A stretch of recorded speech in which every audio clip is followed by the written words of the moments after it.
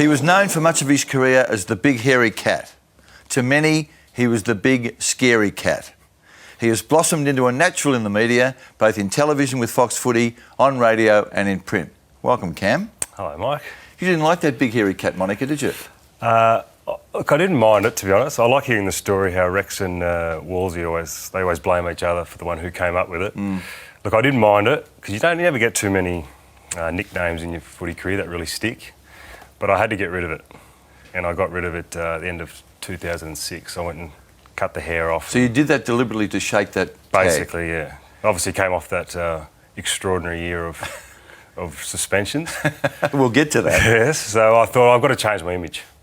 And I wanted to change it. I was being a father, about to be a father, sorry, so I thought I needed to change it up. I remember, I think I could almost say that it was the birth of your future media career. You came on the couch one night. Wolsey had been whacking you in print, yes, and calling you the big hairy cat. And you disarmed him totally. You walked into the green room, put your hand out and said, "G'day, Robert." Was he nervous, was he? Well, he was a bit toey. He was, because, I mean, we all are when we sort of say we're going to confront someone that we've been bagging for a while. No, look, again, I never minded the fact I ever got bagged. I thought that was just part of the job. And I deserved a lot of it. And this is the thing I'm learning now when you're in the media. It's never personal. It's warranted. If you're going to cop it, it's because it's warranted. And I was very much deserving of a lot of whacks that I was getting. I was very undisciplined. What we reporters would say, that you blokes should be in the media before you play, and then you're more understanding. It's probably not a bad thing. Let's go back to where it all started, 1997. You're at North Melbourne, you're 17 years of age. Yep. You're playing your first practice game at Waverley. Correct. Now, it had a bad ending that day when you ruptured your ACL, but do you remember the first contest that day? I do. You've obviously been speaking to Kingy. I'm not going to dob David King in. Kingy kicked it out from fullback, and I remember I was playing in the ruck, and I was obviously on Corey McKernan, who was arguably the best player in the comp at that stage. And the ball came up, and I saw Corey coming. I thought, Corey's going to put the biggest knee in the back of my head. So I ducked, and it was horrible. And I think Kingy sprayed me for it. So the next contest, about 2 minutes later, I ran back with a flight of the ball, went for it, landed wrongly and blew out my knee. Wow. That was my 1997 done. So how sympathetic was Dennis Pagan when you came in, mate? He's seen you drop your head and he's seen you rupture your knee. Look, he was a funny one, Dennis. He was my first, apart from my dad, who I think is the greatest man alive, he was the first father figure I had outside of my family. And he was a tough man to be with, really was. And I think a lot of North blokes would have told you. He was really tough. You know, there were times during training where you stuff something up. He would blow the whistle and stop training and just berate you in front of everybody. It was humiliating. So you experienced that? I experienced it. Oh, we all experienced it. And that was part of it. But at the time, you hated it. And at the time, I probably hated him. But, God, he toughened you up. And I used to say a lot of times to Bomber and Macca at Geelong and even at the Bulldogs now, sometimes you've got to give these kids a bit of a whack, but it's harder with this generation. And it's harder when you're a kid too and on the receiving end. Yeah, it is. It is hard. 1999, Cam, 11 games. These are your stats for 1999. 11 games, 2 goals, 1 grand final, 1 premiership, no touches in the grand final. Actually, you were on the bench, weren't you? Yes. Yeah. Well, I started that day. A lot of people don't realise I actually started. And I remember walking down to the goal scorers punt road end, and I've got Wayne Carey, Corey McKernan and Craig Scholl. And like I said, I was immature and naive. And I remember walking down thinking, what am I doing here? I have no right to be here. And I didn't. I mean, Jason McCartney, God love him, decided to go and whack Clark Keating. Got rubbed out? Got rubbed out for 4 or 5 weeks. I think they were 40 points up. And I remember sitting in the stands that night, prelim night, and I remember seeing it. And I knew I was going to be the next guy in because I was always the emergency. And I remember just sitting going, oh, you beauty. Yeah. And I thought, poor Jace, but you beauty. So I trained the house down that week and got in and, like I said, started the game, walking down with these guys just thinking, I don't belong here. I had no right to be there. Playing against Carlton, who I barracked for as a kid, playing against Michael Sexton, who I loved. And I'm looking at him thinking... You are most unlike Michael Sexton, I might add. Yes, but I'm looking at him thinking, this guy was one of my heroes. You know, do I get his autograph or try and get a kick? And I think about 5 minutes in, he had Norm Smith wrapped up. And then I got dragged, spent the rest of the day on the pine. came on with 5 minutes to go. We were 40 odd points up. I remember Simon Beaumont ran in front of me, and I was obviously a bit fuming at that stage because I hadn't seen much of the day. And I ran past him and gave him a whack, gave away a free kick. So I got minus for the day. That was your one stat. Minus super coach for the day. Got dragged again and then got berated by Pagan on the phone for the next 2 minutes. Yeah. Now, I'm intrigued by how you would feel, how anyone would feel in that situation. You're part of a premiership team, but you're probably not part of a premiership team. For years, I didn't not accept it because I'm very proud of it now. But at the time, I wasn't. That's probably the best way I can put it. Like I said, I didn't feel like I deserved it. I didn't earn it. But now I look back at it and say, well, you know what? I was 19 turning 20 the next day. Well, I was a 19-year-old kid in the best side in the competition. That's a pretty good rap. So that's how I look at it. Was it an on-field presentation back then? There was. Yeah. So you went to the dais and got your medal? Went to the dais, got up there, and I remember everyone was getting hugged. Everyone was hugging each other. I'm crying and everyone's crying. And I watched Pagan and he hugged and shook everyone's hand. Bypassed me. Did he really? Yeah, he did. Did you know that he saw you? No, I knew he didn't. I was the only guy who probably didn't hug. And then we were up on the stage and we got our medal, we got our cup. And as we were walking off, he grabbed me by the arm and just said, just learn something from today, son. Wow. And I thought, are you kidding me? How could you say that to me right now? But were you offended or just sort of taken aback? No, I was probably taken aback a bit. But 2007, I know I'm jumping forward a bit here, when I ran onto the MCG in grand final day, without even thinking about it, they were the last words that ran through my head. Really? Yeah, it really was. So I took a lot from it. I took a lot from Pagan. I think the North blokes say that. A lot of the blokes have said in the chair that you're in from North all say how hard Dennis was, but what they learnt from him too. That they look back later on and sort of said there are a lot of valuable lessons there. Well, it's funny. When I retired, when the grand final day 2012, when we were doing the lap, all the retired people do it. Pagan was up in one of the boxes where we were all having lunch and drinks. And I remember going over to him, and this is the first time I'd spoken to him really since I'd left North, which was, 15 years before. Yeah. And he said, mate, you had a great career. I'm really proud of you. And I just went, oh. It's like finally getting acceptance from the old man. Really? It really was. It felt fantastic when he said it to me. Did you tell him that? No, not really, but I was there all cocky and confident, like I didn't care. But I actually loved it, and he and his wife Cheryl were there, and she was always lovely. She always has been. But they both said that, and I walked away pretty happy. Good. Let's go back. Let's stay with '99. You're a premiership player. That's in the history books. At the end of that year, you find yourself at Geelong. North have done a deal in which Lee Colbert went from Geelong to North. Cam Mooney and 2 draft picks have gone to Geelong. How did you feel then? Look, it was a tough one because I remember sitting in my manager's office, who was Ronnie Joseph at the time. I sat in there with Bomber. He's a handsome boy there, mate. Oh, Jesus, have a look at it. God. So Bomber was sitting there because he wanted me to come down to Geelong because he just Bomber got the had job. been the assistant coach at North. Assistant coach at North. He just got the job at Geelong. Colby obviously wanted to leave because of whatever was happening down there at the time. 10 minutes later, Pagan walked in. Basically said, you'd probably have a better opportunity down at Geelong. You'd get paid more. You'd be down there with your brother, who just got traded down there as well from Sydney.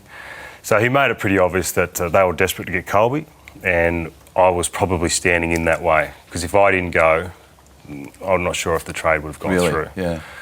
But I was pretty happy to go in the end. The year's 2000, you're suspended twice, and we in the media understand that Bomber Thompson has ordered you to go to anger management classes. Is that correct? Yes, 2001. 2001, yeah. I got, I think at the end of the year, we were playing North Melbourne. I was still in the first quarter. I was having a dirty day. I was only 10 minutes in. And Jess Sinclair got the ball, and I just ran at him and just swung an arm and basically took his head off, which wasn't a good thing. I've apologised to Jess plenty of times about it, and we've spoken since and I laughed. And then I got dragged and didn't see any more game time, and then had to go and see somebody. So what did Bomber say? You need some counselling and you need to go get some counselling. You've got 1 year left on your contract, and you better do something about it. Otherwise, the game's going to be see by. How wild were you? Do you think? Wasn't that wild, to be honest. Like, I never got in trouble off field. In saying that, I probably didn't get caught either, so I was pretty lucky there with a lot of things. But most of the thing was just on field. And I look at Glenn Archer for a perfect example. One of the nicest, most gentle men you'll ever meet. Goes across the white line, he's a maniac. And that's probably how I like to play. I don't think you got reported 4 times in 15 rounds like the bloke sitting across from me now. No, 2006? That was a bad one. 4 times in 15 rounds. Yeah, I was a bit stiff on a couple of them though, Mike. Oh, yeah? Yeah, a couple. Yeah. What, you a bit stiff to get caught or a bit stiff? No, look, I'll tell you, I thought one of them, myself and Ben Holland, came together and we both gave each other a bump and we clashed faces. And then I got done for headbutting. Yeah. Which I didn't think was right. But in saying that, in all honesty, I got away with a hell of a lot more than I got caught for. So the ones that I didn't think I should have gone for, I thought that was probably retribution for the ones I got away with. Well, the blokes you were playing with, a lot of them would have seen a great future for this footy team because they knew how good their teammates were and you were as a group. Did they ever share their frustration with you when you kept getting rubbed out? No, not at that stage. Not in 06. I mean, we were a very talented group. We had some amazing individuals, but we weren't a great team. We weren't. I mean, we came off a really good 04. 05, we just started to dip. You could start seeing the cracks. Looking back, you could see the cracks starting to open up. And 06, we all basically fell through them. And we weren't a group that was good at confrontation with each other. I mean, we were great mates. And it was very hard for us to confront each other with things that we're doing wrong. So 2006, basically no one said a word to me. It was a bit of a joke. I remember talking to you one day at Kardinia Park. I was down interviewing someone else, and you were clearly frustrated. And I thought, I'm not sure how long this bloke's going to stay here. Did you entertain thoughts of leaving? Yeah, I did. A couple of times. I think end of 2002, I nearly left to Port Adelaide. Went over there and saw Choco and had a medical and was pretty keen to go there. They offered me an amazing deal, 3-year contract for good money. Do you remember how much it was? It was about $750 for 3 years, and I was just a $750 kid. grand in 2002. Just for the 3 years. Yeah. I'm a bit surprised there, mate. I was surprised too. I didn't realise how good you were going to be. But so it was a really good deal, and Geelong were kind of not stalling, but they were getting some other guys done with their deals. So I was a little bit shirty with it because I'd kicked nearly 30 goals that year, and I thought I was starting to come along. So I thought I'll go over there and have a meeting with them, and did that, which was great. But then they said, we'll drive you around Adelaide before we take you home. That might have persuaded me to stay in Geelong. Stayed on a lesser deal in a lesser contract. Is that literally true? That you were inclined to go and then you went? Look, I didn't ever want to leave Geelong, to be honest, but the deal was a really good one. What turned it around? There had to be a moment at Geelong where the light went on and you blokes realised what's in front of us if we knuckle down. Well, look, 2007 obviously rolled around after a horrid 06 and the whole thing with Bomber and the review that went through the football club, which was completely embarrassing for everybody. Why? What do you mean? Oh, when a club gets reviewed like that, when Cookie has to go and ask every person basically at the club what's going on, what's wrong. But wasn't it necessary? It was necessary, absolutely. It was one of the great things they did, but it was embarrassing. It was embarrassing for Bomber to be thrown out there like that. But as a playing group, we desperately wanted him to stay. We just needed him to change what he wasn't doing in the year previous. That was just coaching. Yeah. So he was doing too many things. Doing way too many things. Yeah. And to this day, I still rate him as the best coach in the AFL. To take a young group that he did and build us into this dynasty, basically, was unbelievable. Was your own view at the time that the review would end up saying that they needed to replace the coach? Oh, I thought there may have been a big chance, yeah. But as I remember, Cookie asked the playing group, or probably the leadership group at that stage, what do you think? And we all said, we want him to stay. He just needs to change probably a bit of his attitude and what he's doing. I mean, he was having personal problems that year as well, and I don't think he'd ever admit it, but that was definitely playing a part in how he was coaching. He wasn't coaching that well. He was locking himself behind closed doors for most of the week and wasn't doing the one-on-one teachings that we knew he was so bloody good at. And was anyone bold enough to go to him and sort of say, Bomber, it's not working? Or? No. Well, like I said, 06, we were unconfrontational. Yeah. Yep. We had nobody in the club that could do it. We didn't know how to do it, and this is where leading teams gave us a path in how to do it, and that's why we became such an amazing group. So the leading teams concept, is it true that you were one of the first to be used in this exercise, and you're out the front and you're prepared to have this long, hard look at yourself? Is that right? Yeah, well, I think I was second or third off. I think Tommy Harley went first because he was captain. Mm-hmm. Actually, I think I was second. And obviously knew what was coming, just all the suspensions and the ill discipline. But probably what I learnt from it more than anything was the influence that I had on the group, which I didn't realise I did. And they made that quite clear that if I was going out, most other guys are going to come with me. This is the player feedback. Yeah, this is the player feedback. Yep. So all of those kind of things, and that's when I said to myself, well, maybe it's time to smarten up the act. Trim everything off, get rid of the beards, or not so much the beard, but just the hair, and just become a better person. Stop getting rubbed out. Stop getting rubbed out. That was probably a good one. How did little Gary Ablett Jr. cope when you blokes laid it on him about his importance to the team? Look, he didn't take it too well at the beginning. I think that's been well documented. I mean, Gazza thought he was a good trainer and did everything right. Gary was a shocking trainer. One of the worst trainers I've ever seen, to be honest. And he was still finishing in the top 5 in our best and fairest. But we said to him, we believe you could be our Chris Judd if you work harder and you do this, this and this. He walked out pretty upset. Took him a couple of days and he came back and said, right, he trained the house down. I think it's fair to say, even though Juddy's brilliant, he's probably better than Juddy. Well, he's as good as I've seen, I reckon. I couldn't question that. 2005, the semi-final loss up in Sydney. How deeply did that wound you? Mate, it was heartbreaking. Don't worry about that. You actually pinched defeat from the jaws of victory that night. Basically. We fought tooth and nail. We had this great lead. And then just to watch Nick Davis just rip our hearts out in a quarter of footy. I've watched the 30-minute thrillers, and I've watched it a few times, and I can't believe the space that we gave him in that last ball up. It was ridiculous. There tears there? Yeah, tears, absolutely. I was shattered.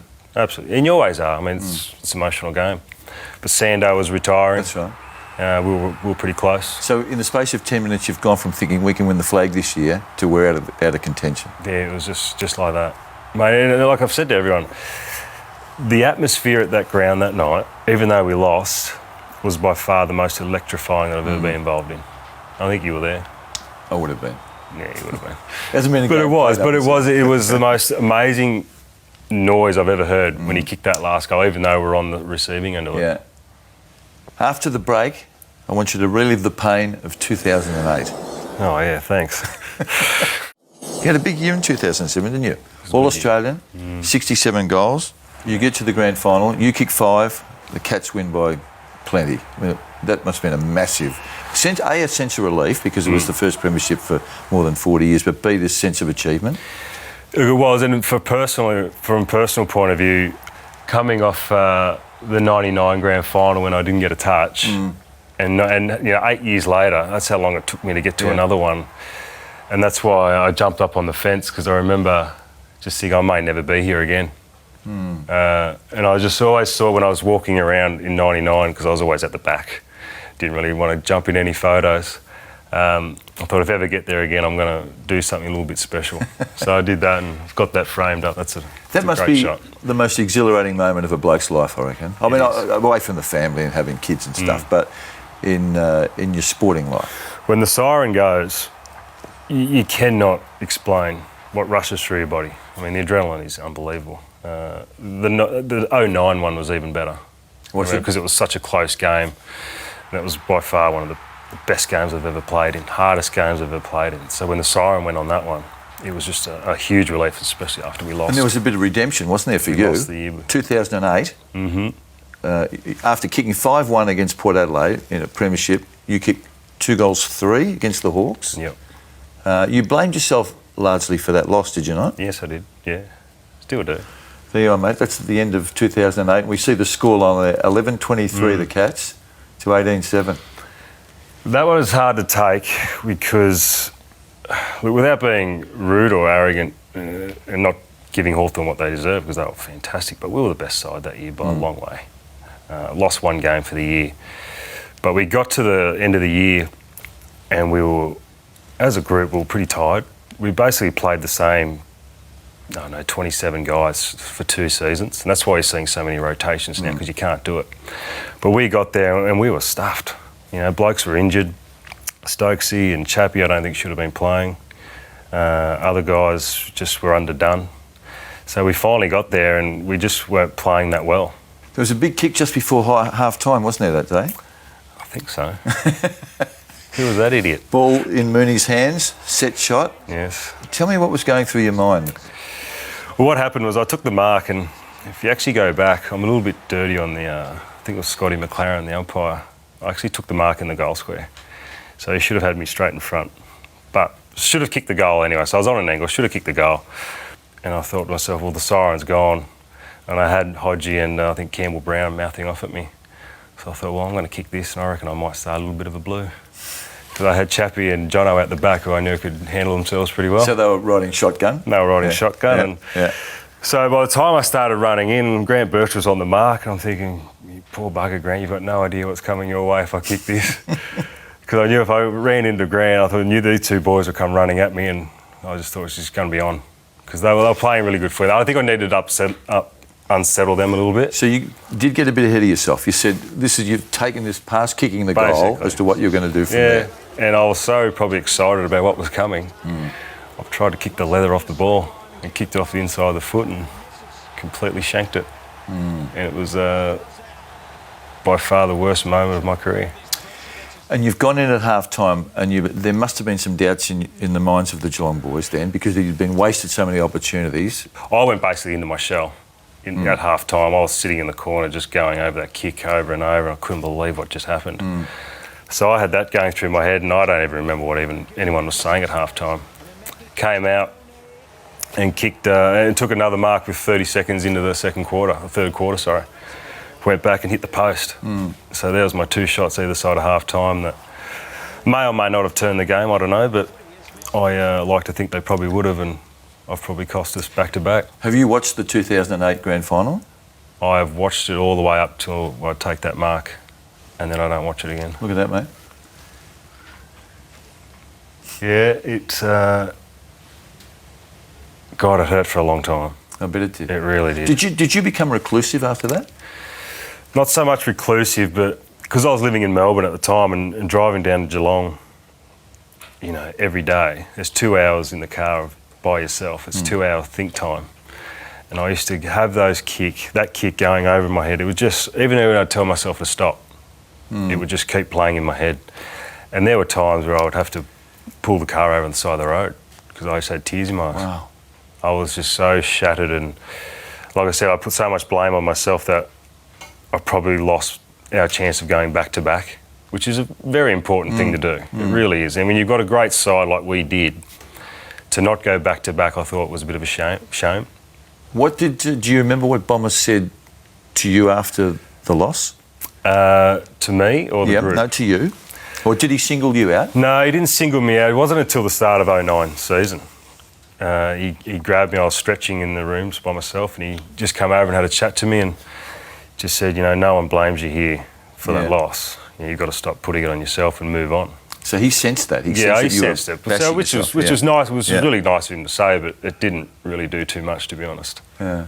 I held it for a long time. It wasn't until basically we won in 2009 that I let a bit go.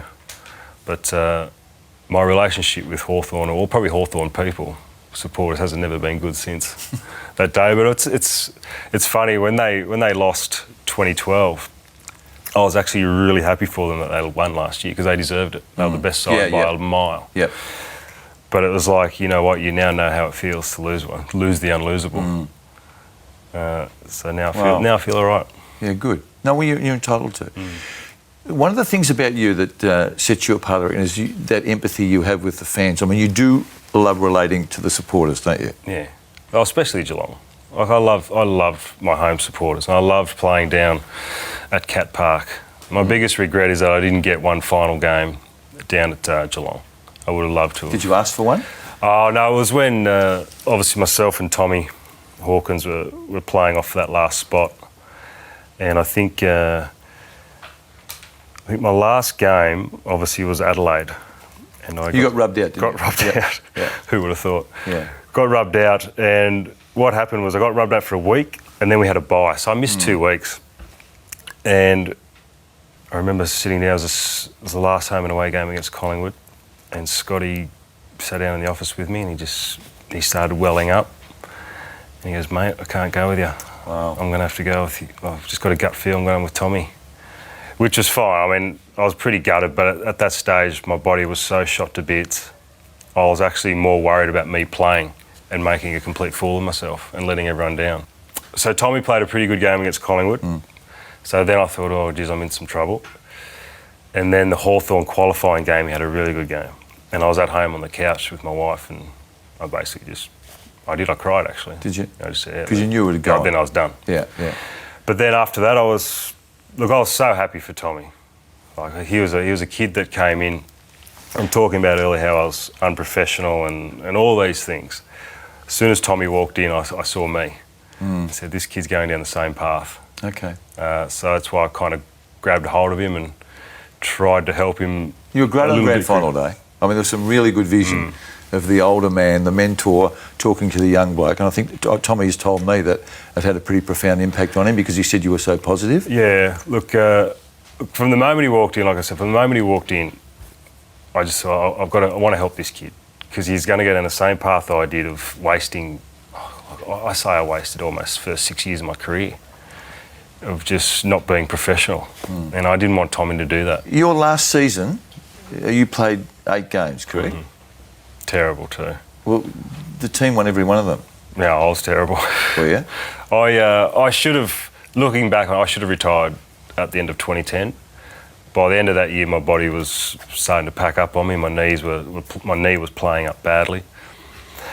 Obviously, had another year to go on a contract, and you're never going to make the money you make at footy, Mike. So you might as well stay around. But did the coaching staff invite you to hang up the boots, or did they leave it to you? No. It was. I knew it was going to be my last year anyway. But by January, February, I should have pulled the pin then. It's been a great career, mate. It has been. Look, I've been that lucky and very fortunate. Well, I'm subscribed to the thing, you make your own luck. You deserve that, and you've been a very colourful person to boot, which makes you more and more engaging. So we've enjoyed watching you play, mate, and you deserve all the success you've had. Good on you, Mike. Thanks, mate. Cam. Ta. This has been a Fox Footy production for Fox Sports.